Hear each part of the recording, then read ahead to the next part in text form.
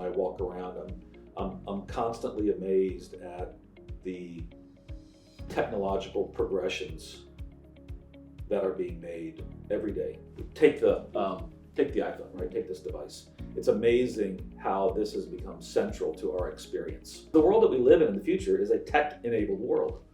And so how do we sort of fashion an education experience that makes use of that? We're not going to be leafing through textbooks like we used to once upon a time.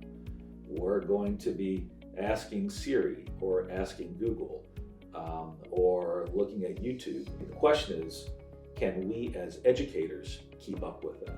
Can we create educational experiences that make use of modern day technology?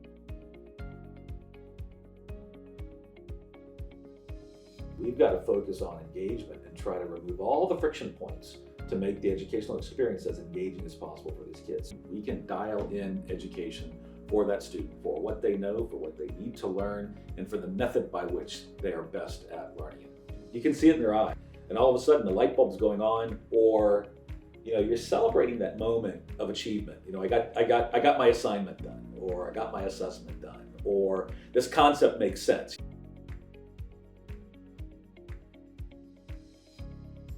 If we're still using materials that were created 30, 40, 50 years ago, shame on us.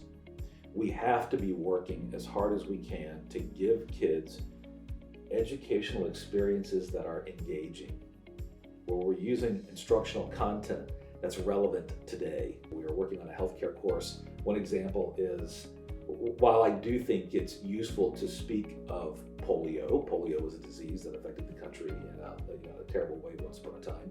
Today, it's not something that we talk much about. It's part of our past. So when we talk about diseases and how we think about diseases, how we cure diseases, why not talk about COVID? If you talk to a young, a 10-year-old or a 12-year-old or a 15-year-old or somebody even younger, they're going to identify and relate to COVID.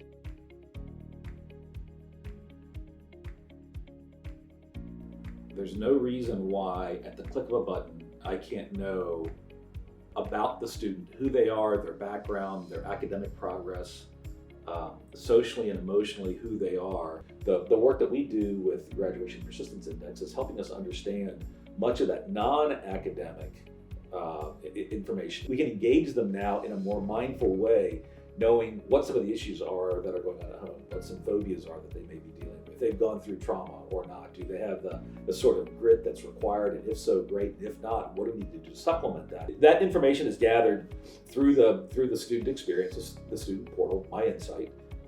When students log in, they will be presented with a questionnaire. It's really important that we come to understand you.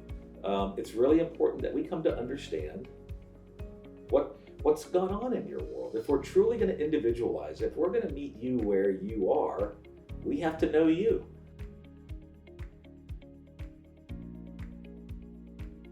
Because we live in sort of an information technology age, our coursework is likely to be largely digital. It's served up on devices. It's served up on mobile devices. It's served up on workstations. It's served up on Chromebooks. When you click through a course and you open lots of tabs, let's say you open 12, 13, 15, 60, 70 different tabs, and you really start to lose sight of where you are in the course. It's just not good, and we can do better.